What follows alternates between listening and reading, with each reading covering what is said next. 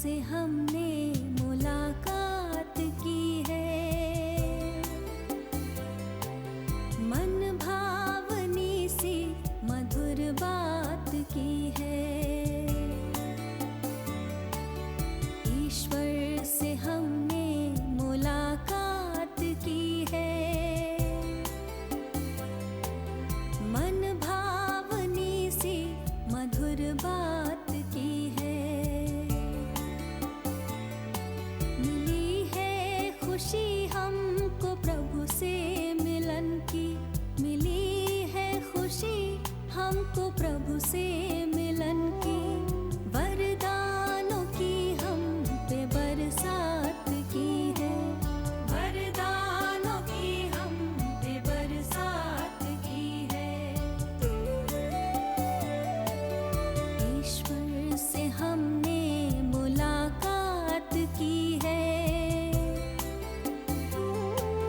मन भावनी सी मधुर बात की है।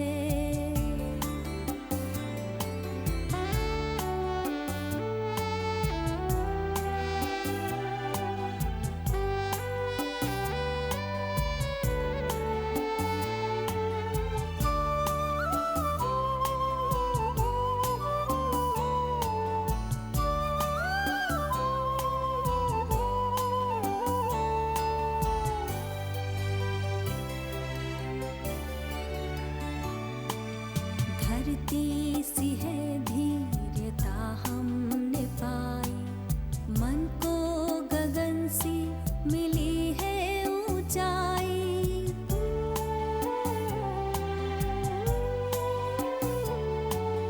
धरती सी है धीरता हमने पाई, मन को गगन सी मिली है ऊंचाई।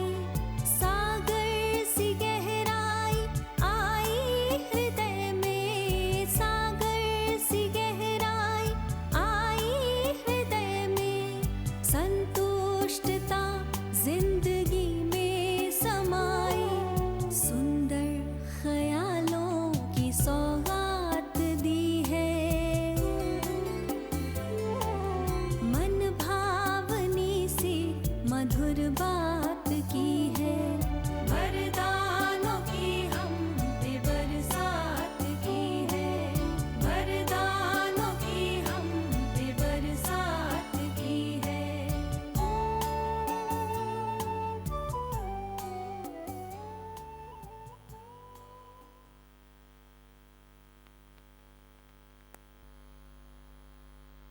ओम शांति। आप सभी होली हंस बाबा के राजयोगी ईश्वरीय परिवार के बच्चे, हम भी उसी में एक सदस्य हैं, कोई विशेष नहीं। लेकिन फिर भी आज मुझे इस साकार बाबा व दीदी दादियों, कहें तो सभी से ही देखने का, पालना का और विशेष उनके साथ रहने का, किसी के साथ बहुत ज़्यादा, किसी के साथ कम अवसर प्राप्त हुआ। उन विशेष वरदानी मुरादारियों के साथ रहते रहते जो कुछ भी नहीं आता था, उन्होंने बाबा के घर में आकर हमें सब कुछ सिखा ही दिया सहज रूप से। तो आज विशेष रूप से आप सबको ये बाबा की पालना, पहले साकार बाबा की पालना तो हमने बचपन से ही ली। विशेष तो पाठ हमारे लौकिक मदर फादर के आधार से, दिल्ली से साकार बाबा से मिले, फिर फादर ट्रांसफ़र में आए, जयपुर में रहे, तब साकार बाबा से मिलना हुआ। तो बाबा का प्यार, थे छोटे 8-1 साल के, और भी बहन भाई थे, लेकिन ये अनुभव होता है कि साकार रूप में भी माँ बाप बच्चों को बहुत बहुत प्यार करते हैं। लेकिन बाबा का क्या अलौकिक प्यार था वो मैं नहीं जानती, ना समझते थे, लेकिन बाबा के बोल में वो प्यार और शक्ति थी जो बाबा बोलते थे वो करने का लक्ष्य आ जाता था उस उम्र में। जिन्होंने देखा है हिस्ट्री हॉल, जहाँ पहले गुलजार दादी रहती थी, हम लोग वहीं रूम में रहते थे और बाबा ने बहुत सारे बच्चों को खिलौने भेज दिए। एक दिन हम सब बच्चे उस खिलौने में जब बिजी हो गए तो बाबा ने वो सब तितलियाँ कहाँ हैं? बाबा बच्चे नहीं बोलते। तो लच्छू बहन ने कहा नहीं बाबा वो सब खेलने में हैं। बाबा ने कहा बच्चों को बुलाओ। जैसे बाबा का इतना कहना और हम सब दौड़ के क्लास में आते थे तो बाबा यही कहते पढ़ने के समय पढ़ना है, खेलने के समय खेलना है। 2 ही महावाक्य हैं लेकिन वही वैधानिक बातें याद आती हैं। पढ़ाई भी ठीक से करनी है और पढ़ाई भी ठीक से करनी, लौकिक अलौकिक। उसी पालना से हम लोग जयपुर में रहते थे तो बाबा के बच्चे राजा बनना है तो प्रजा बनानी पड़ेगी। अब प्रजा बनानी है तो सेवा करनी है, पार्टियों को समझाना है। तो जयपुर में पहला म्यूजियम खुला था तो उसमें आनंद किशोर दादा होते थे और कोई भी व्यक्ति आएगा तो उसको एक स्लिप मिलती थी, वो किस तो मतलब कैटेगरी में बच्चे समझाएं, बड़े समझाएं, वीआईपी है कौन है, वो स्लिप देते थे बीच में नाइट फ्लोर में, तब उसको पार्टी समझाने दी जाती थी। हम लोग सोचते थे बाबा ने कहा प्रजा बनानी है तो हम कैसे हमको तो पार्टी मिलेगी नहीं। तो हम नीचे जाके सब बच्चों को ही क्या करते थे, पर्चे बांट के आते थे। और जब बच्चे ऊपर आएंगे तो पार्टी किसको मिलेगी? हम लोगों को मिलेगी। तो बाबा का ये कहना कि पार्टी समझाना, प्रजा बनाना तो राजा बनेंगे। अब ना राजा बनने का ज्ञान था ना प्रजा बनने का ज्ञान था, लेकिन बाबा के बोल के अंदर वरदानी बोलती, उस रूप से शुरू की पालना की है। और विनाश का भी पाठ था, बाबा के देव विनाश हो जाएगा तो ये भी याद है। अंदर हमारे घर में 4 बजे से ही सुबह ग्रामोफोन बाबा ने फर्स्ट में गिफ्ट दिया था, चित्र वगैरह सब, तो 4 बजे से योग होता था। और ये कुछ पालना का पाठ था। बड़ा म्यूज सेंटर भी उसी समय फादर ने बनवाया, बैंक में थे तो घर भी बहुत बड़ा था। तो सब दीदी दादियों को बाबा घर में भेज देते। तो सबकी पालना हमको कोई ज्ञान से ही नहीं केवल मिली, उन लोगों के जीवन को देखकर अंदर में प्रेरणा ही मिली। तो अनुभव क्या कहता है, जो भी लौकिक में सब परिवार है, चाहे कोई लौकिक संसार में है, लेकिन सब ने दीदी दादियों की पालना कैसे ली? व्यवहार से। तो मेरा कहने का भाव है कि जब हमारी प्रकाशमणि दादी सब टीचर्स से मिलती थी तो सब टीचर्स को बोलती थी आपकी पढ़ाई के क्या सब्जेक्ट्स हैं? हम सभी यही कहते ज्ञान, योग, धारणा, सेवा। दादी कहती नहीं, सबसे बड़ा हमारा सब्जेक्ट कौन सा है? आप भी सोच सकते हो कौन सा बड़ा है। तो दादी कहती सबसे बड़ा सब्जेक्ट है आपका व्यवहार। ज्ञान भी सुनाओगे अच्छे से नहीं सुनाओगे, योग कितना भी करोगे कोई नहीं देखेगा, आपकी अंदर की धारणाएं भी नहीं, व्यवहार कैसे सबसे करते हो। तो दादियों ने हमको अपने लौकिक संसार में रहते हुए हमारे परिवार को अपना जो व्यवहार दिखाया, पारिवारिक व्यवहार, उस व्यवहार से हम सबके अंदर अलौकिक शक्ति आई। ज्ञान में चलने की शक्ति नहीं थी, लेकिन उनके जीवन को देखकर हमको याद है जब मधुबन भी आते थे पार्टियां लेकर, चकदाई बहन दीदी के साथ, गुलजार दादी के साथ, सबके साथ सफ़र किया हमने। गुलजार दादी के साथ दिल्ली से माउंट आबू आते थे, रास्ते में सफ़र करते थे तो आपको हंसी की छोटी छोटी बातें हैं, लेकिन लगता कितनी इकोनॉमी से चलती थी। पास में बैठे हैं, कोई प्लास्टिक में लेके कोई चीज़ डाल के खा रहे तो उसको वो फेंकती नहीं थी, हम लोग देखते रहते थे। या कागज़ प्लास्टिक हो उसको साफ करके लपेट के रखते, बोले इकोनॉमी से चलना है ना, फिर काम आएगा।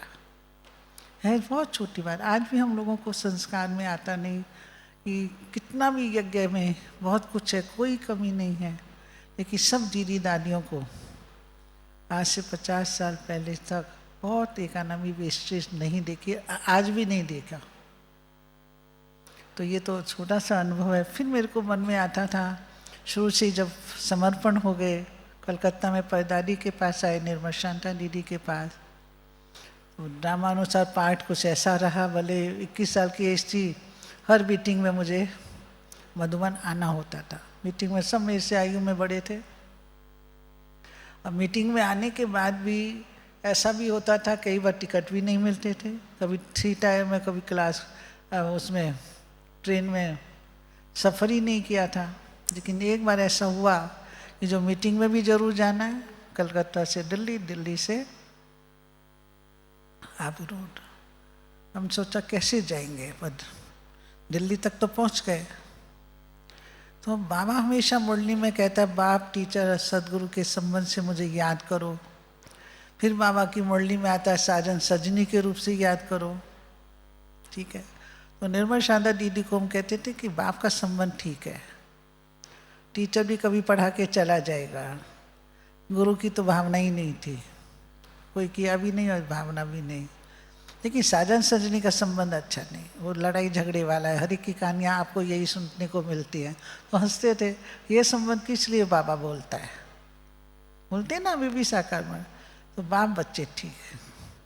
तो एक मैंने पूछा, बाप बच्चे का कैसे संबंध ठीक है और संबंध क्यों नहीं?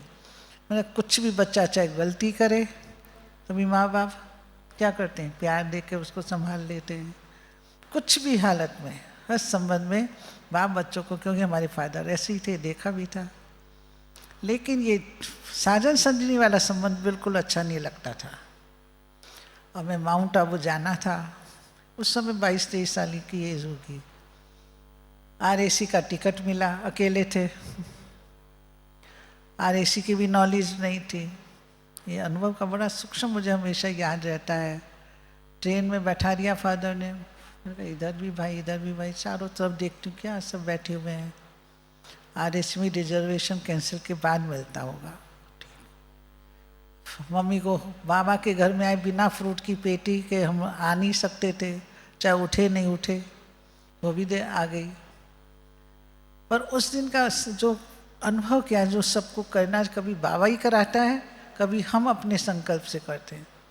तुरंत सबको बैठ के देखते, मेरे आँख बंद करके पलाठी मार के बैठ गए। अच्छा, अगर बाबा मेरा साजन है तो क्या वो मुझे ऐसे ट्रेन में बैठा के ले जाएगा?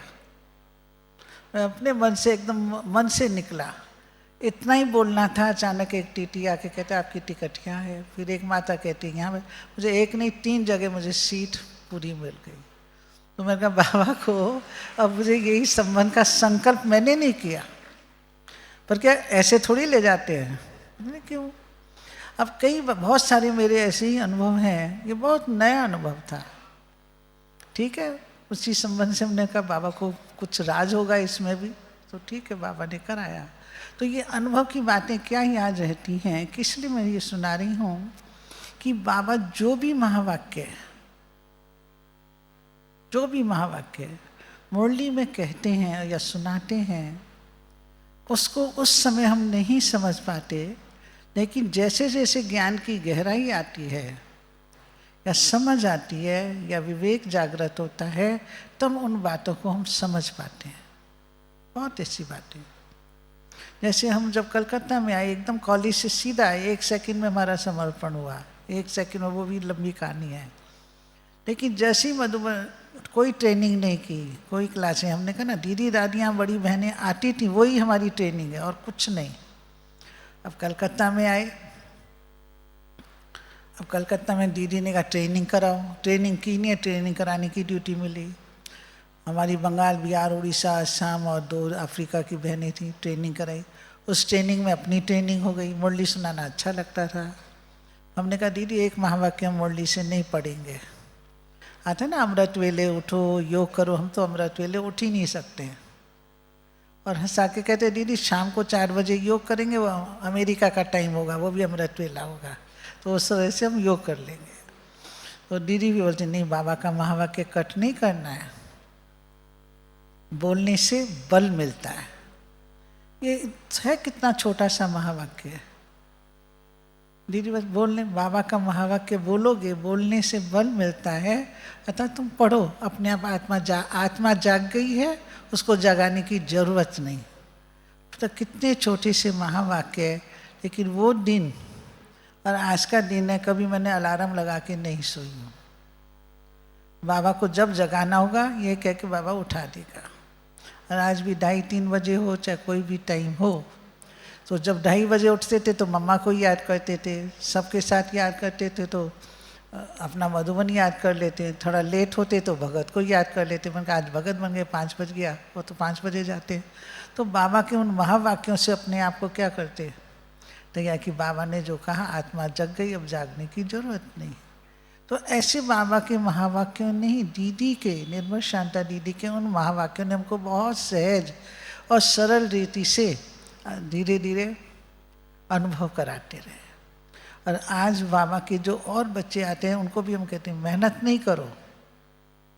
बाबा मुरलियों में क्या कहता है, मेहनत से मुक्त होकर बाबा से वरदानों का अनुभव करो। ये युग वरदानों का युग है। वरदान उसको कहा जाता है जिसमें आपको मेहनत नहीं करनी पड़ती, बिल्कुल मेहनत नहीं करनी पड़ती। तो हमको तो आज 50 साल में एक बार भी ये संकल्प नहीं आया, क्यों ज्ञान में आ गए। बाबा ने कुछ मदद तो की नहीं, किसी भी भाई बहन कौन क्या कैसा पार्ट बजा रहा है, सब आत्माएं अपना पार्ट बजा रही हैं। शुरू में आता था तो कोई जब नई नई बहनें ट्रेनिंग में थी तो हमको दीदी कहती, दीदी मैं कहा दीदी ये ज्ञान में क्यों आए हैं जब उनको अच्छी तरह से चलना ही नहीं है। सब दीदी कहती राजधानी बन रही है। अब हमको ये भी नहीं मालूम राजधानी क्या बन रही है, नए थे। अब समझ में आए राजधानी में तो सब प्रकार के बाबा के बच्चे होंगे ना, जो भी पार्ट वो बजा रहे हैं वो अपनी संतुष्टि से ठीक ही पार्ट बजा रहे हैं। जब आप उस दृष्टि से देखेंगे और उसी भावना से देखेंगे, फिर भी जैसे बाबा को सिखाना पड़ता है, मुरली में सिखाते हैं ना, बच्चों का पार्ट फिक्स है, फिर भी बाबा शिक्षा भी देता है, शक्ति भी देता है, ज्ञान भी देता है, पढ़ाता भी है, करना तो हमें है। तो उस रूप से अगर आप किसी फील्ड में जो पार्ट आपको मिला है, कोई भी पार्ट मिला है, आपको बताना भी पड़ेगा, समझाना भी पड़ेगा, लेकिन अनुभव क्या कहता है, वह आत्मा जितनी उसकी शक्ति होगी उतना ही वो पार्ट बजाएगी। हमको याद है निर्मल शांता दीदी ऊपर इंद्रप्रस्थ में और जानकी दादी रहती थी। जानकी दादी के पास जाने से थोड़ा डर लगता था, उसमें बहुत स्ट्रिक्ट क्लास कराते थे ना, तो हम लोग कहते शीशे के आगे नहीं बैठना है, ये नहीं करना है, तो डर लगता था। लेकिन जब उनके साथ मैंने असम का टूर किया, दीदी के पास जाते थे तो पास में बुला के जो बातें सुनाती थी, अपना जो संकोच और डर तो नहीं कहना चाहिए, लेकिन जो फीलिंग थी संकोच की वो दूर हुई। तो दादी की विशेषता क्या देखी अभी जानकी दादी की, वो मनन करते हुए जो ज्ञान का मनन हम लोगों को पास में बुला के सुनाती थी, वो बहुत गहराई वाली पॉइंट होती थी। जैसे मुझे वो दशहरा भी याद है, शांति सम भी याद है, दादी का बातें भी याद है। 2-3 बहनें थीं, हमने दादी योग क्या होता है, आपके से तो बाबा बाबा बहुत निकलता, हमारे मुख से नहीं निकलता है। दादी हर बात में ना प्यारा बाबा, मैं कहा दादियों ने बाबा की पालना ली है, उनके साथ रहे हैं, हम लोग तो रहे नहीं, लेकिन दिल से नहीं निकलता है। जब आई गए बाबा के बनी गए तो जैसे आपके मुख से मन से निकलता है हमारे भी होना चाहिए, ऐसा भाव आता था। तो दादी बोली कोई बात नहीं, उसकी भी चिंता नहीं करो, समय आएगा अपने आप हो जाएगा। और फिर बोला योग क्या है, बैठते तो हैं, लेकिन दादी का एक्यूरेट कर्म करना ही योग है। तो बताओ एक्यूरेट कर्म क्या है, उसकी भी गहराई सुनी, बहुत बातें हैं। और उनका बताए देखो विश्वरतन दादा एकदम एक्यूरेट काम करता है। जिस कर्म को हम करते हैं उस कर्म को अगर हमें ड्यूटी में दूसरे का संकल्प भी ना चले, परफेक्ट होकर हमें वो काम मिल जाए। समझ में, ये बहुत गहराई वाली पॉइंट है कि कोई भी काम चाहे टेबल ठीक करने का मिला, ये वो इतना एक्यूरेट करता है कि हमें संकल्प कि इसने ये रखा कि नहीं रखा, करा कि नहीं करा, तो सब दादियों का ये काम देगा। हम निर्मल शांता दीदी का ही देखते थे कि 9 बजे उस समय कलकत्ता में सायरन बजता था, तो दीदी कहती सब घड़ी चेक करो। मैं कहा क्या चेक करें, तो देखो सब घड़ी में 9 बजाए कि नहीं बजाए। फिर भी हम 4 करते तो 1 ख़त्म, 1 नहीं करेंगे, 2 नहीं करेंगे तो एक्यूरेट तो नहीं हुए ना। तो दीदी बोलती नहीं थी। देखो हम लोग 21 साल के, दीदी की उम्र 60 क्रॉस कर गई थी। दीदी स्टूल लेके खड़े होकर अपने आप घड़ी ठीक करने लगती थी। तो करके कर्म सिखाया। हमें ये अनुभव याद आता है कि कैसे छोटी छोटी बातें हम लोग देखते थे। बाबा ने हमें स्वच्छता सिखाई, सफाई सिखाई। कोई भी रूम होता है ना, तो साइड में किनारों में नहीं गंदगी हो जाती है थोड़ा काला, ये कहते अच्छा पोछा लाना, विम लाना, ये नहीं कहते इसको कर दो, नहीं। तो मैंने कहा क्या करना है दीदी? बोले देखो किनारे थोड़े ऐसे हैं ना, ठीक करना है। टेबल है, हमने ऊपर से साफ कर दी, देखो नीचे से भी क्या है, पाउडर लगा हुआ है। ये नहीं कहती थी गंदगी लगी हुई है। ऐसी मैंने रतन मुनि दादी के पास ऑफिस में एक बार गई थी, कोई बहन सफाई कर रही थी। ये मैं थोड़ी थोड़ी छोटी छोटी अनुभव की बातें क्यों सुना रही हूँ? कितनी दादियों ने केवल ज्ञान ही नहीं सुनाया। तो एक बहन गंदे कपड़े से टेबल पोंछने लगी, बहुत पुरानी बात है, लेकिन दादी बोली देखो गंदे कपड़े से साफ टेबल कैसे होगी? है तो बहुत छोटी सी बात। कोई कहे नहीं दीदी देखने में काला साफ हो, नहीं, सफाई कपड़े से करो। ये अनुभव क्या सिखाता है? ये अगर हम खुद गंदे हैं तो दूसरे को शिक्षा देकर हम उसकी क्या सफाई करेंगे, उसको क्या सिखाएंगे? ऐसी हम योगी नहीं है, योग करो योग करो, हम योग नहीं करेंगे तो दूसरे को योग क्या सिखाएंगे?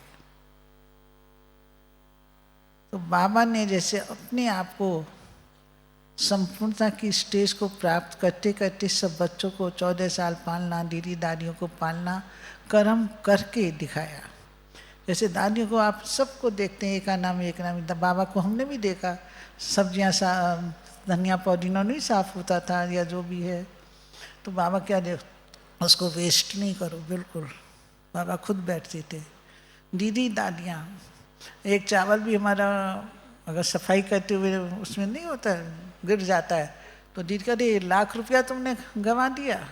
1 लाख रुपया कहाँ से? एक दाना ही तो चावल का गिरा है, लेकिन एक दाना भी नहीं गिरना चाहिए। आज हम देखते हैं बाबा के बच्चे अपने सेंटर्स पर मधुबन में आते हैं, बाबा का अन्न कितना प्यार से बाबा के बच्चे थोड़ा थोड़ा अपना भाग्य बनाने के लिए सेवा में सफल करते हैं। लेकिन बाबा का प्रसाद कैसे खाना चाहिए? प्रसाद है। हमारे अंदर बचपन में पूजा नहीं की, लेकिन देखा कलकत्ता में माताएं थोड़ा सा कन्ना दाना, जरा लड्डू भी दाना गिर गया उसको सारा उठा के हाथ में रखे, उसको फेंकेंगे नहीं, उसको भी खा लेंगे। हम बाबा के बच्चे कई बार ना समझ होने के कारण बाबा के अन्न का भी क्या कर देते हैं, मैं शिक्षा के रूप में नहीं कहती, लेकिन प्रैक्टिकल जब देखते हैं तो निरादर कर देते हैं, उसका वेस्ट कर देते हैं। कोई सेवा करके भाग्य बनाए और हम उसको फेंक कर या बचा कर जो वेस्टेज कर देते हैं, वो भी ना करे तो बहुत अच्छा है। क्योंकि हम लोगों ने तो दीदी दादी क्या वैसे ही सीखा है। बहुत से चाहे तर्क के लिए तो बहुत सारे पॉइंट्स मिल जाएंगे, वो अलग चीज़ है, लेकिन हमें अन्न का कभी भी, बाबा के भोजन का कभी निरादर नहीं करना चाहिए, उसको कभी भी वेस्ट नहीं करना चाहिए। ये दादियों से हर एक को देखा। संती दादी थी, बाबा के यज्ञ के सारी संभाल की, जो आज हमारी मुन्नी बहन सारा यज्ञ संभाल रही हैं। ऐसे संती दादी कलकत्ता में रहीं। आप सबको ये नाज होना चाहिए ईस्टर्न जोन को, कि 7 दादियाँ हमारे ईस्टर्न जोन में रहीं। आप सब ने पालना उन दादियों की ली है। आज उनकी पालना ली हुई हम सभी बड़ी बहनें जो आज भी हैं, कल भी आपने राज बहन उनको देखा, रानी बहन, कमलेश बहन, अब एडवांस पार्टी में हमारा पार्ट बजाया। जितनी भी बहनें, नीलम बहन उड़ीसा में, कलकत्ता में भी हमारी बहुत बहनें, सब साकार बाबा की बहुत सारी बहनें, 20-25 बहनें होंगी जिन्होंने बाबा की पालना ली। 6-7 दादियाँ, 2 दादियाँ कलकत्ता में रहती थीं, 2 दादियाँ पटना में रहती थीं, 2 संदेशी दादी वगैरह भुवनेश्वर हैं। तो ऐसी दादियों के आपके पूर्वज हैं, वंशज हैं, उनको भले नहीं देखा, लेकिन उनके निमित्त पालना लेने वाली आत्माओं से आपने पालना ली है। तो हम सबको अभी भी रोज़ देखो दादी का, अभी भी मैं बैठी थी, गुलजार दादी की क्लास चल रही थी यहाँ पर, कहीं भी क्लास चल रही हैं, दादियों की क्लास हैं, किताबें हैं, उनके अनुभव हैं। रोज़ भी अगर आप 1 या 2 को सुनकर मनन में ले आओ, जैसे ना अच्छा खाना खाते तो कहते अच्छे फ्रूट तो हम एक दूसरे को देख के खाना सीख ही जाते हैं ना, हेल्थ के लिए। हर कोई सीख जाता है सहज रीति से। ऐसी दीदी दादियों के वरदानी बोल के किताबें, बाबा की साकार और अव्यक्त मूल्यों के महावाक्य, कोई भी एक, चाहे ब्लेसिंग ही उठा के पढ़ो, ब्लेसिंग भी वही है, उसको एक सुबह सुबह अवश्य अपना आधार बना लो। मुरली में भी बहुत कुछ है, वो बाद में 7 बजे सुनेंगे, जब उठते एक वरदान, स्लोगन, कुछ भी। सुबह सुबह उठ के कुछ खाते हैं ना, ऐसे मन को अगर अपना चिंतन नहीं चलता है कि आज बाबा मुझे क्या काम देगा, आज बाबा मुझे क्या वरदान देगा, आज बाबा मुझे क्या काम देगा, काम भी सोचो बाबा आज ऐसा ब्लेसिंग आना चाहिए। तो वो ब्लेसिंग जब आता है तो आपको सारा दिन उस पर अटेंशन, बाबा ने जो ब्लेसिंग दिया देखो आज वही काम हो गया। बाबा के तो अनुभव की क्या बात बताए, अभी कलकत्ता में जैसे रिट्रीट बन रहा था, अब बाबा का एक मुरली का महावाक्य मैं कई बार सुनाती कि बहुत समय का किया हुआ अभ्यास समय पर काम आएगा, जिसको बाबा ड्रिल कहते हैं, 1 सेकंड की बात कहते हैं। लेकिन वो 1 सेकंड में बाबा का जो अनुभव होगा, उस अनुभव के ऊपर बाबा ने कई मुरलियों में इतना भी कहा है कि अगर कोई व्यक्ति बहुत परेशान और दुखी है, अगर डॉक्टर उसको 1 सेकंड का इंजेक्शन लगा देता है तो वो उस दुख को भूल जाता है, कर देता है ना 1 सेकंड का डेड साइलेंस। ऐसे ही हम सभी, कभी कोई परिस्थिति आएंगी, कोई परीक्षाएं आएंगी, कोई कुछ भी आ सकता है, विघ्न आएगा, उस समय 1 सेकंड की लाइन बाबा के साथ अगर क्लियर हो गई तो आपकी एकदम टचिंग क्लीन और क्लियर लाइन से होगी कि ये करना है। मेरा ख्याल सबको अनुभव होगा, है अनुभव ऐसा? अगर कोई कहे आप अपना ऐसा अनुभव सुनाओ तो सोचना नहीं पड़े क्या अनुभव सुनाए, हुआ कि नहीं। इसका मतलब वह अनुभव भी तभी होगा जब पहला अंदर से बाबा से अटूट दिल का सच्चा प्यार, जो भी हैं जैसे भी हैं, अच्छे हैं या बुरे, बाबा के सामने क्लियर हों, क्लियर। बाबा आप आपको जाने, हम अपने आप को जो जानते हैं, बाबा से भी जाने, हम अपने आप को जो जानते हैं, जो हम पहचानते हैं, जो हमारा विवेक समझता है, उस अनुसार से बाबा के आगे संपूर्ण समर्पण,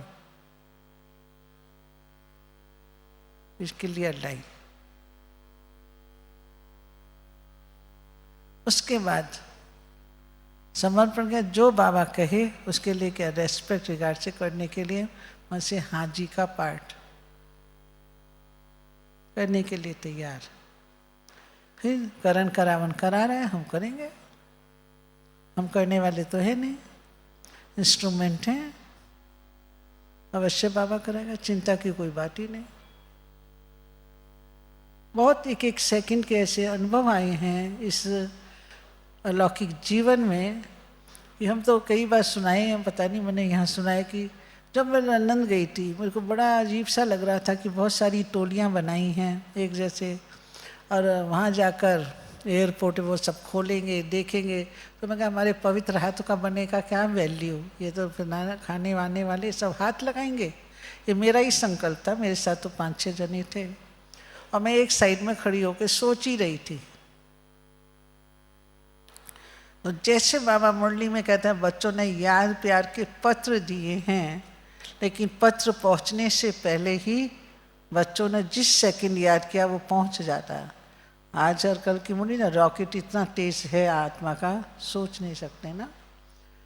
आप सोचिए, सोचने से पहले ही जैसे सोच ही रही थी खड़ी अकेली, तुरंत एक बहन आई कि आपका बैक पेन है, मैंने कहा नहीं, और ऐसे करके ऐसे जाना। तो उसने सारा हमारी गाड़ी वाड़ी प्रबंध करके बेल्ट वेल्ट खोल के आप अकेले, मगर नहीं, वहाँ 6 खड़े हुए हैं सामने, 1 घंटे क्या 10 मिनट में सब पहुँचा दिया, कोई बैगेज नहीं खोला। तो कमाल किसकी? शुद्ध श्रेष्ठ संकल्प की, बाबा के प्रति किया। और वो श्रेष्ठ संकल्प की शक्ति का 1 घंटा पहले आ गया। हमारी तो गाड़ी ऋषि जयंती बहन कहती, अरे कैसे पहुंच गए। ऐसी एक माता आई, उसका भी अनुभव में जो आती है मेरे पास, कलकत्ता की एक माता थी, बड़ी बस सब बाबा को पत्र डालते हैं ना, घर सेंटरों में भी डालते हैं, यहाँ भी लिख के। तो एक माता दूसरी माता को बोलती है, मैं कैसे पत्र लिखूं, मुझे तो कुछ भी लिखना नहीं आता। दूसरी माता ने उसको सिखाया, तुम एक एक लाइन लिखती जाना, लाइन लगाती जाना।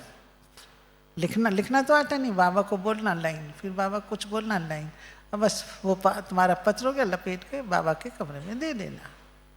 अब सुना, क ख ग से राइटिंग अक्षरों में नहीं लिखा। वो मेरे रूम में आके कलकत्ता में कहती, दीदी वो बहन ने बोला, मैंने ऐसे लाइन लगा लगा के वो पत्र लपेट के बाबा के में डाल दिया। मैंने कहा कुछ लिखना था, मैंने 2 बातें थी, मेरी प्रॉब्लम थी, मैं यहाँ आई कलकत्ता में, मेरे दोनों काम पूरे हो गए, बाबा ने मेरा पत्र अच्छे से पढ़ लिया। आप सोचो, और आज भी वो सेवा करने बहुत प्यास से आती है, उसके बहुत सारे अनुभव हैं। अब इन माताओं से हमें सीखने को मिलता है, हमें सीखने को मिलता है कि प्यार और स्नेह की शक्ति जो भक्ति में कहते थे अनपढ़ों को पढ़ाता है। बहुत माताएं हैं जिनको ना बंगला आती थी, ना हिंदी आती थी, ना इंग्लिश आती थी, बउए पत्र पढ़ के मुरली सुनाती थी। जब बउए थक गईं, अब कौन मुरली सुनाएगा। बाबा को ही बोलेंगी, बाबा मुरली मैं तो पढ़ नहीं सकती हूँ। वो माता होगी 70 से ऊपर की, कहते दीदी मैं मुरली लेके ऐसे बैठ जाती थी, और मुझे मेरे बाबा ने पढ़ना सिखा दिया, वो मुरली पढ़ना सीख गई। मैं विश्वास नहीं हुआ मुझे, कहते जल्दी थोड़ी विश्वास होता है ऐसी बातों पर। मैं कहा आओ, उसने पढ़कर क्लास में सुनाओ, वो पढ़ना सीख गई। आप सोच सकते हैं। डेनिस बहन है, पहले इंग्लिश ही जानती थी, आज हिंदी अच्छे से पढ़ते हैं। जो कहते हैं कि हम कैसे बोल सकते हैं, ये अनुभव हैं। तो इस संगम युग पर कल्प के अंत के समय जो बाबा दिखाई नहीं देता इन स्थूल नेत्रों से, जिसको देख नहीं सकते, सामने ब्रह्मा बाबा में आने के बाद भी समझ नहीं सकते थे बहुत लोग, और आज भी हम सभी कोई साक्षात्कार नहीं किए। लेकिन बाबा कहते मैं अपना काम बच्चों से करा लेता हूँ, लेकिन बच्चों को क्या चाहिए, धीरज चाहिए थोड़ा। अब बाबा तुरंत नहीं करता है काम। कई बार आपने बहुत बाबा को याद किया, बहुत प्रॉब्लम आई, बहुत सुनाया, कभी तो 1 सेकंड में कर देगा, कभी कुछ भी नहीं करता। क्यों नहीं करता? कभी सोचा इस पर? कई काम के लिए तुरंत कहेंगे हो जाए, कोई काम कितना बोलो नहीं होता। बाबा उसके लिए वेट एंड सी कहता है ना कई मुरली में, उसके आगे कुछ और काम तुरंत जो हम अभी चाहते हैं वो करने का नहीं है, उसमें अभी आपका फायदा नहीं है, वो हम नहीं जानते। समझ में आई ये बात? ये उसके हम चाहते हैं ये काम तुरंत हो जाए, लेकिन उसमें फायदा ही नहीं है हमारा, बाबा और फायदा कराना चाहता है। उत्तर ही नहीं मिलता। कितनी बार सोचो, बिल्कुल नहीं मिलता। तो उस समय याद आता है कि हमारा काम नहीं है, हम कराना भी चाहते हैं, बाबा का काम है, बाबा का कार्य कब और कैसे कराएगा वो जानता है। आज बहुत कलकत्ता में बड़े बड़े मेले हुए, जिनको मालूम होगा। हम 75 में आए, 82 में बड़ा मेला हुआ, 2 3 बहुत। और जब हम आए थे तब कम्युनिस्ट पार्टी थी। हम लेटर में शिव बाबा का सिंबल भी नहीं लगा सकते थे, ऐसा हमारा पर्चा फेंक देते थे कार्ड निमंत्रण के लिए। गॉड में विश्वास ही नहीं करते, गॉड भी नहीं लिख सकते थे, गॉड फादर भी नहीं। पहले तो त्रिमूर्ति का सिंबल का लेटर हेड होता था। लेकिन उस समय भी बड़े मेले हुए, 82 में भी हुआ। 82 के बाद हम बस बाबा दिखा रहा है विक्टोरिया के आगे जो बड़ा प्रोग्राम होना है, भी कैसे होना है मालूम नहीं। लेकिन वो बाबा का दिखाना विदिन, मतलब ट्रैफिक पुलिस हमको रोकती थी। बहन जी एक 23 जनवरी सुभाष चंद्र बोस का दिन है, ठंडी का सीजन है, 26 जनवरी आपका कैसे मेला होगा। बस बाबा दिखा रहा है झंडा वहाँ विक्टोरिया के आगे। बाबा विक्टोरिया में घूमता था, हम कहानी बस लाल किला की, रेड फोर्ट की सुना देते थे ना, ब्रेजनेव का। बस in front of Victoria we will do the fair, बस इतना एक सेंटेंस बोलते थे। आप देखिए कोई एक व्यक्ति, दिल्ली से एक बुजुर्ग माता ट्रांसफ़र होके आई, उसका बेटा वहाँ फोर्ट विलियम में बड़ी पोस्ट पर था करना, उसने सारा काम कर दिया, ब्रिगेड परेड के परेड ग्राउंड लिख दिया, सारा काम। और जब तक हम नाप रहे हैं, मैं लंबा कहानी पर आया विक्टोरिया, बस हमने कहा यहाँ तक हमें दे दो। हमने खुद ड्राइंग बनाई और वो आज तक कागज़ रखा। बाबा का मेला, सारे कार्ड पर्चे सब कुछ छप गए थे, सब दादियाँ आ गई, जगदीश भाई आ गए, भाई कलकत्ता में क्या होगा, जैसे सारी थाली तैयार है, भोजन तैयार है, थाली खिसक गई। तो ऐसे समय में किसने मदद, बाबा नहीं चाहता था जो हमारा पहले जगह में प्रोग्राम होना था जो कैंसिल हो गए विक्टोरिया के आगे हुआ। तो यहाँ क्या वेट एंड सी, सारी मेहनत की लेकिन करना दूसरी जगह था। तो वो भी अनुभव याद आता है कि हम कई बार बाबा के महावाक्यों को समझ नहीं आते, लेकिन एक बाबा का ही कमरा बनता रहा रिट्रीट का, तो वो तो बार बार हंसी भी आती है अपने पर। जब बाबा के हॉल में जो हमारा सिंपल सा बाबा का ही लिया हुआ 1968 का सेंटर है एल्गिन रोड, जब कुर्सी पे बैठो बाबा का कमरा इतना बड़ा बन रहा है, क्यों इतना बड़ा बना रहे हैं? रोज मैंने कहा अच्छा सर्कल में खड़े हो, इतना बड़ा होगा, ये तो क्लासरूम से भी, ये बाबा का कमरा 1 महीना क्या 2 महीना सबसे ज़्यादा मेहनत, बार बार बस क्यों बन रहा है, इतना बड़ा नहीं बनाना है। आखिर जब हमने उसका सारा आर्की छोटा कर दिया अपने हिसाब से, सारा काम हो गया। फिर मैं कहा नहीं बाबा का कमरा तो बनने में टाइम लगेगा। लास्ट ईयर सोचा ऐसी जहाँ बन गया था, मैंने सबके चारों तरफ ऐसे देख रहे, चलो सबसे पहले बाबा तो कुटिया में ही रहता था, माउंट आबू में, पत्र वहीं बाबा लिखते थे, कुटिया बनाते हैं। बस वो स्थान देखा, जैसे टचिंग हुई, एक भाई आया कहाँ से, बड़े प्यासे से, मैं 18 जनवरी में वो कुटिया बना देना। बस 18 जनवरी पे बाबा की कुटिया बन गई और उद्घाटन हो गया। तो टचिंग किसने की? सबको मालूम है 18 एक महीने में बनना कोई सहज बात नहीं है वहाँ पर, लेकिन एक बस इसी दृष्टि में बनाना और कुछ समझ नहीं, बाबा की कुटिया बनेगी। तो यहाँ और बाबा पर विश्वास ही नहीं, निश्चय बढ़ता है, निश्चय आता है कि करण करावनहार हमें करना है, लेकिन अपनी बुद्धि को कभी कभी फ्री छोड़ना है, एकदम फ्री। मैं कर रही हूँ नहीं, बाबा क्या कराना चाहते हो आप बताओ, हम तैयार हैं।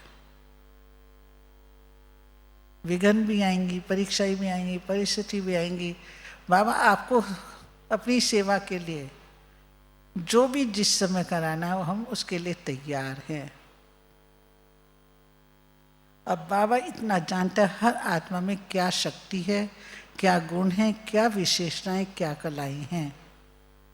अपने अंदर से उसको समर्पण समझो, क्या विशेषताएं। हमारे पास कलकत्ता में ऐसे ऐसे कोई पूरा जोन से हेल्प नहीं, कोई सेंटर से, अपने आप करो सब, हाँ जी, लेकिन एक ही सेंटर से चाहे टाइम लगा, हमारा टाइम लगे, आराम से करेंगे, जब बाबा पूरा करेगा। वही कहते शायद हम लोग काम करना नहीं जानते, उनको नहीं, काम करने की बात नहीं है, लेकिन बाबा ने कहा है, बाबा बनवा रहा है, ठीक है, लेकिन भीड़ नहीं लगानी है, सिंपल तरीके से योग तपस्या करनी है। अभी जयंती बहन और मृत्युंजय भाई जाकर ओपनिंग करके आए, तो उस ओपनिंग में सिंपल सिटी से बाबा के घर में योग तपस्या का तुरंत टीचर्स की ट्रेनिंग करी। तो सब हमारी नॉर्थ ईस्ट की बहनें जो सब आई, इतनी अच्छी टीचर्स की ट्रेनिंग, जो पहला अनुभव है कि इतने बड़े प्रोग्राम में मैं निश्चिंत रात को 2:30-3 बजे तक निरसंकल्प सोई हूँ, 3-4 दिन, और ठीक ग्राउंड में जाके बैठ सकी। तो बाबा को थैंक्स। मैंने कहा नहीं तो हो जाता है, काम करते तो नहीं, ये अनुभव होते हैं, ये अनुभव है। ये अनुभव की अथॉरिटी बाबा हम लोगों को करा देता कि आप अथॉरिटी हो, बाबा करा रहा है। और कभी कभी बाबा बिल्कुल नहीं, जब हम अपनी बुद्धि चलाते ना, ऐसा करें वैसा करें, अब छोड़ दो, छोड़ देना। हम दीदी को देखते थे, निर्मल शांता दीदी एकदम निश्चित, जैसे कोई चिंता ही नहीं। कोई कोई तो कहे दीदी कैसा है एडमिनिस्ट्रेशन करती, कोई चिंता ही, मैं ये मेरे को सुनने को मिलता था। क्या है, दीदी को लिए बोल देते हैं, दीदी क्यों चिंता करेंगे। हमारी सौभाग्य बहन बहुत हंसती थी, अरे दीदी तो राजा है, साकार बाबा की लड़की है, वो तो निश्चिंत सोएंगी ना बेटी में, उनको क्यों बोलते हो। और दीदी निश्चिंत आराम से, अरे ऐसे थोड़ी निश्चिंत, कभी चेहरे पर कितनी भी बड़ी प्रॉब्लम आती थी, प्रोग्राम होते थे, कभी नहीं उनको देखा, मैंने तो कभी नहीं देखा, 40-50 कभी नहीं देखा, निश्चित एक रस अवस्था। जब स्लोगन वरदान पढ़ते थे तो लगता था सारे स्लोगन वरदान तो उन्हीं के ऊपर आ रहे हैं। संती दादी कभी ऊंची आवाज़ ही नहीं सुनी, दोनों एक ही रूम में हम लोग साथ ही तो रहते थे, बिल्कुल नहीं। दादी की तो विशेषता क्या देखिए, एक और सिंपल सी बात है, जब हम लोग शुरू में आए थे तो दादियाँ सिंधी होती थी, तो बहुतों को लगता था सिंधी दादियाँ सिंधी बाबा के बच्चों को ही ध्यान देती होंगी। और हम कलकत्ता में बहुत सारी बहनें तो सेवा करने वाली बहनें भी कहती, एक सिंधी भाई आता था, दादी कहती है चलो थोड़ा उसको टोली या प्रसाद उसको दे दो, तो एक बहन कहती हाँ सिंधी भाई है, सिंधी को दादी दे रही है। मैं सुनती रहती थी, बोलती तो नहीं थी, मगर ठीक है। फिर मैंने कहा दादी एक बहन ऐसे बोलती है, बोला हम अपना धर्म थोड़ी छोड़ देंगे, कोई कुछ भी बोले, उसको मालूम नहीं इनकी मदर बाबा के यज्ञ में कितनी सेवा करती है, वो अकेला यहाँ आया है, होटल में रहा, तो अगर उसे थोड़ा भेज दिया तो कुछ हर्जा नहीं है। अब ये तो सिंधी भाई था, ठीक है, सोच आ गया। फिर एक भाई बहुत सेवा करता था, बहुत साधारण भाई, वो बाबा के घर से ही उसको नाश्ता दिया जाता था, और डाइनिंग टेबल पे एक डिब्बा रखा हुआ था। संती दादी कुछ बोलती, चक्कर लगा के उसका डिब्बा खोला, देखा, मैं तो खड़ी होती थी, कहते देखो वो भाई जाएगा कैसे पैकिंग किया है, बेचारा जब तक जाएगा उसकी तो रोटी सब्जी सब अपने हाथ से सारा ठीक ठाक किया। तो मैं कहा वो तो सिंधी भाई नहीं था, बहनों को फिर बोलती, उसका बाद दादी ने कितना ध्यान दिया। ट्रैफिक कंट्रोल के बाद 9:30 बजे, ट्रैफिक कंट्रोल 10 बजे जितनी सिंपल कन्याएं होती थी, एकदम साधारण कन्याएं, उनके साथ बैठ के सारी मुरली रिवाइज करती थी।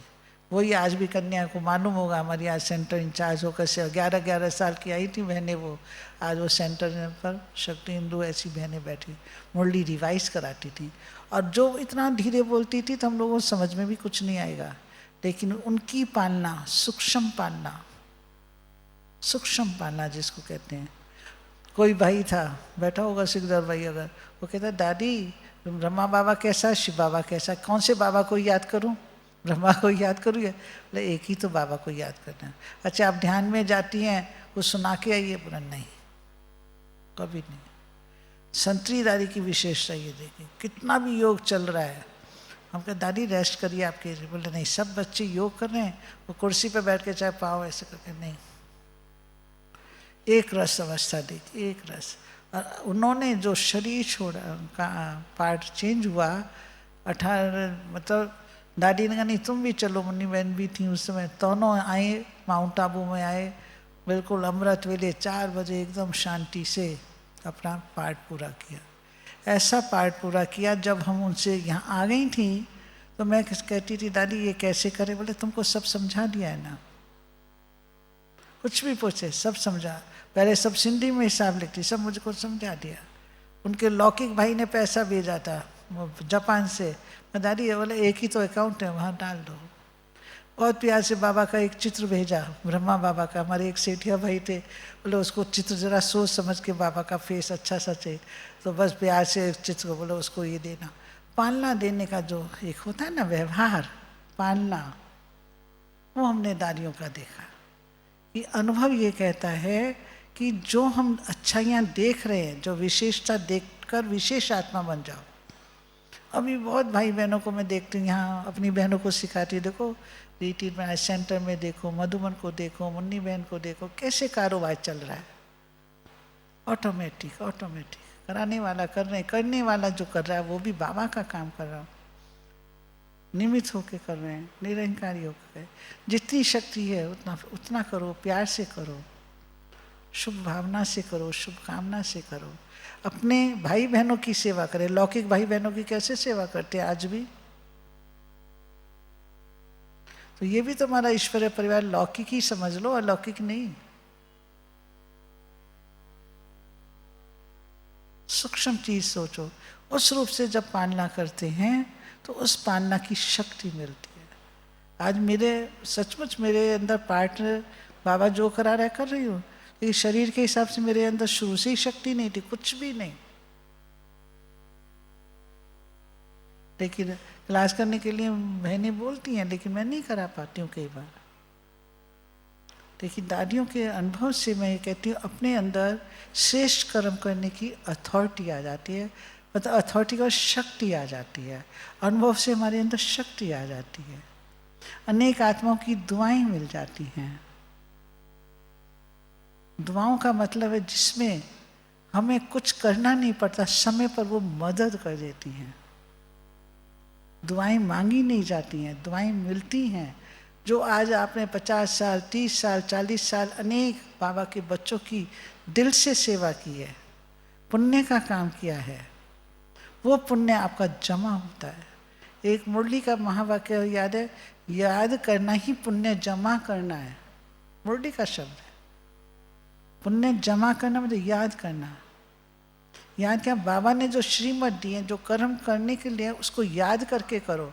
याद मतलब कोई आँख बंद करके योग करके नहीं, मतलब याद करके बाबा ने इस समय क्या करना था, कैसे करना था, याद उसको कभी कहा जाता है। और तपस्या जैसी याद तो 1 घंटा बाबा के सुबह करो, 1 घंटा शाम को कर लो। सारा दिन बाबा की उन शिक्षाओं को याद करके, याद में समझ करके फिर उस कर्म को करो। जैसे लौकिक में नहीं कहते हमारे माँ बाप ने इसको कैसे किया था, उसको याद करते हैं। अच्छा, उसको याद करके हम कर रहे हैं। तो बाबा ने ये काम को कैसे कहा, किस तरह से कहा, वो मुरलियों में समझाया गया है। उसको करो, विघ्न तो आएंगे, परीक्षा। तन मन धन जन का एक मुरली चलती है, मैं बहुत बार सुनाती हूँ, सुनती भी, सुनी हुई याद भी रखती हूँ। बाबा ने कहा तन का रोग आए, कर्म योगी होके मुक्त हो जाओ। मन का बाबा आता है, मन का भी आता है, बाबा की याद से हो जाए। एक बार बाबा ने कहा संतुष्ट बनो और संतुष्ट करो, तो जन का भाग्य भी सबको संतुष्ट करो। तो हम दीदी को बोलते हैं हम सबको संतुष्ट नहीं कर सकते, कर सकते हैं सबके अलग अलग पार्ट संस्कार। तो लेकिन उस मुरली में बाबा ने कहा 95% आत्माएं अगर आपसे संतुष्ट है तो भी 100% ही माना जाएगा। 5% आत्माएं अगर अपने संस्कारों वश आपसे असंतुष्ट है, वो संस्कार वश है। कई बार होता है ना, किसी को हम नहीं कर पाते हैं जैसा वो चाहते नहीं, लेकिन अपने आप से असंतुष्ट नहीं हो जाओ कि वो तो बेचारे को हम संतुष्ट नहीं कर पाते। तो अपने आप से भी असंतुष्ट नहीं होना चाहिए, अपने आप से भी परेशान नहीं होना चाहिए। बाबा ने कहा 63 जन्म के भी तो छोटे मोटे हिसाब किताब भूलें की हैं, कमियां की हैं, क्या क्या किया होगा किसी को याद नहीं है। वो हिसाब किताब लास्ट में इस जन्म में क्या आएंगे, छुट्टी लेने आएंगे कि नहीं आएंगे? सबके पास आएंगे। सबको देखा, मम्मा को देखा, बाबा को देखा, दादियों को देखा। तो वो जब छुट्टी लेने आते हैं ना, उससे खुशी खुशी विदाई दो। कोई आता है उसको बैठा नहीं देना, बीमारी आई, अच्छा ठीक है ले लो, कितना दिन लेना है। हमको तो कोई बुखार है, मगर कितना दिन रेस्ट कराने कराओ, हम आराम से रेस्ट करेंगे। और क्या सोचे, क्या क्यों आ गया बुखार, क्यों आ गया। अगर किसी की कैंसर की बीमारी सुनते हो तो पहले अपना डर बैठा लेते हो। दीदी तो कहती कैंसर क्या, केसर की है, केसर का, ऐसे हंसाती रहती थी। दीदी का हाथ इतना हिलता था तो दीदी कहती देखो मेरा हाथ डांस कर रहा है, कितना अच्छा। दमा होता था तो हंसा के कहते देखो चिड़िया बोल रही है मेरे पास, चिड़िया बैठी। तो बीमारी को मनोरंजन बना लिया। तो बीमारी से भी मुक्त होने का क्या साधन है कि बाबा खेल खेल में क्या करो कि लास्ट जन्म में अच्छा तुम विदाई लेने आई हो, देते हैं तुम्हें भी बधाई देके, जो खिला पिला के क्या करो, बीमारियों से अपने आप को मुक्त कर दो। बीमारियों को क्या खिलाना है, ड्राई फ्रूट ही तो खिलाने हैं। अनुभव क्या कहता है, ड्राई फ्रूट कौन से हैं, ये हमारे रंग बिरंगे क्या है, मेडिसिन है। हर मुरली में बाबा ने कहा प्याज से उनको दृष्टि दे के चलो, एक ड्राई फ्रूट खाया, 2 खाया, 3 खाया, खा के उसे विदाई दे दो। आएंगी विदाई लेने अंत तक, किसी की पहले किसी की बाद। हम कई बार हंसाते थे दीदी ये शरीर पावरफुल है या आत्मा पावरफुल है, कौन पावरफुल है। मैं निर्मल शांता दीदी से तो बहुत क्वेश्चन करती थी। दीदी कहती क्या कानून मंत्री बन गए, क्वेश्चन करती रहती हो। पर आत्मा पावरफुल बना रहे हैं, जरा शरीर बीमार हो जाए तो आत्मा चाहती है उठना तो उठ भी नहीं सकती है, तो पावरफुल कौन हो गया? कौन हो गया? शरीर ही हो गया ना। कौन हो गया? कई बार नहीं देखते हैं शरीर में कोई भी बीमारी आती है हम उठ सकते हैं, बुखार भी 99-100 भी हो जाए तो पड़ गए बिस्तर पर, तो आत्मा उठना भी चाहे उठ नहीं पाती, तो पावरफुल कौन हो गया? शरीर। सब सोच में पड़ गए कौन पावरफुल है? आप लोग कौन? एक क्वेश्चन रहता था, वह दीदी अभी, हमने कहा दीदी बीमार है आज नहीं मिल सकती, और शाम को ठीक है मिल लेती थी, तो मैं हम लोग दीदी वाली सुबह राजा शाम को फकीर या ऐसे हंसाती थी, तो कौन पावर? तो मैं हमेशा कहती ये तो शरीर बड़ा पावरफुल हो गया, कितना भी हम चाहे नहीं उठ सकते। बोले आत्मा क्या है? अपना हिसाब किताब चुप तो करिए, मन से परेशान नहीं हो। शरीर पावरफुल नहीं, वो रेस्ट चाहता है, होता है ना शरीर भी क्या है, तो जैसे ड्राइवर गाड़ी है, गाड़ी भी पावरफुल क्या है, ड्राइवर को निकाल देती है, अब मैं ख़राब हो गई अब क्या करो, थोड़ा इसको ठीक करो। तो अपने शरीर रूपी इंजन से जब हम अपना ठीक से काम नहीं करते ना, तो आत्मा क्या कहती है, तुमने अच्छा मेरे साथ ठीक से काम नहीं किया, अब मैं अपनी पावर दिखाती हूँ।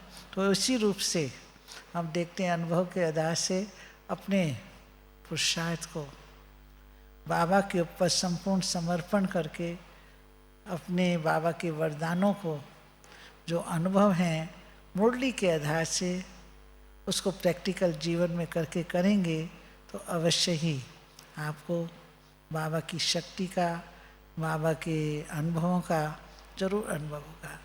अभी भी आप सभी एक सेकंड अपने डीप साइलेंस में जाके याद करो, जितना भी साल आपको ज्ञानी योगी जीवन में हुआ, कोई ऐसा विशेष आपके पास अपना अनुभव हो तो उस अनुभव को याद कर करके खुशी में आओ। खुशी जैसी खुराक नहीं, ये दादी का स्लोगन होता था। अच्छा, ओम शांति।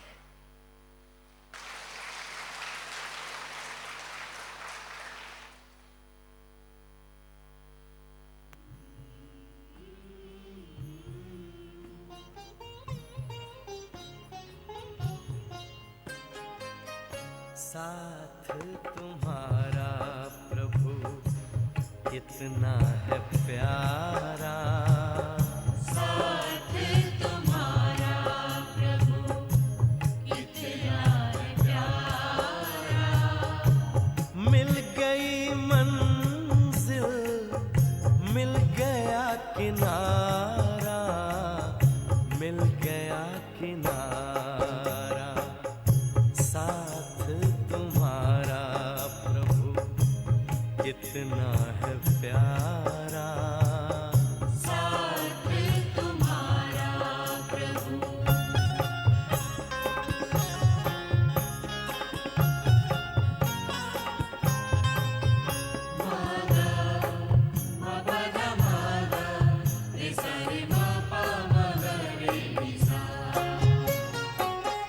रोशनी ही रोशनी आती नजर है, अब ना भंवर का डर, ना ही फिकर है, ना ही फिकर है। हाथ में तेरे जब हाथ है हमारा, साथ तुम्हारा प्रभु कितना है प्यारा, साथ तुम्हारा प्रभु।